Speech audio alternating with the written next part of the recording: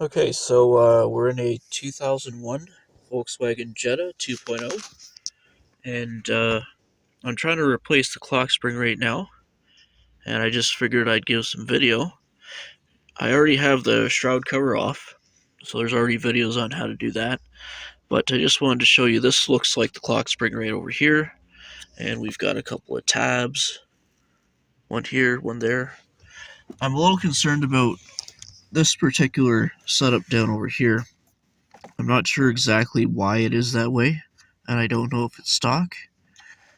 So that'll be interesting to try to figure out. And then they've got the clip on here for the clock spring. And then you can see at the bottom over here, get my finger in here, that one clip right up in here. I'm just waiting the 10 minutes right now because I've already disconnected the battery. And then I'll have to slave away at trying to get the inside of whatever holds the airbag in. Should be fun. Alright, time's up.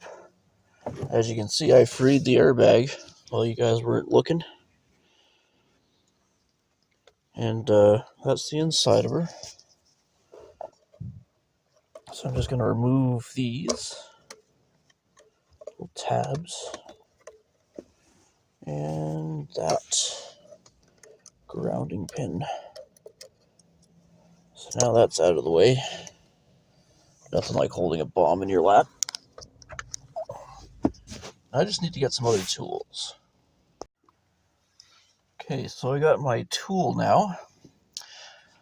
This piece right over here, some of the people online and in other videos were saying, oh yeah, you can use a Torx bit on this specialty head.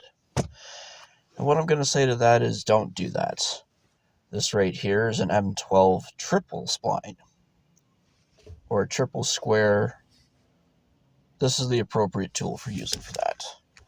Do not use a Torx bit. You'll fucking strip it. And then after you strip it, you'll realize how absolutely fucked you are because you have no other ways to take it off except to take it to a professional. Trust me, just buy the tool. And through the magic of videography, we now have our part out. Also note, I'd locked the steering wheel prior to using all the force on there so that it would assist me. Oh, that's nice.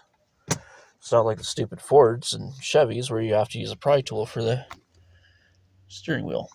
Anyways, let's see what I can do here to try to speed things through. There's a pop over here. Let's see, another one over here, and another one on the bottom right. Where are you? I gotta find you eventually. Maybe it's one of those things where... Nope. There we go. Alright. The clock spring is free. Okay, so we got the old one off here. I took off the tape and I was able to remove the yellow clip. And now I know why I think they had the tape on there. So if you look at the new one over here, it's got this orange piece that's sort of meant to snap over the top of the connector, I think, to add in an extra layer of security. So maybe that had something to do with things. So yeah, all it's left to do really is to slap this on here, well, place it on here, and then reinstall everything. Okay, so I got the connector on. You can see the orange protective piece over the top of here. It came with this, with the tab that slid into, where was it? Right over here. And I'm not sure why, per se, other than maybe it was a protective piece. This is not in the original. Anyways, so these pieces, all these little holes, line up into the holes on here. Let's see if I can get the angle. Like so. And like so. Then that just slides in and clicks into place with all of these tabs.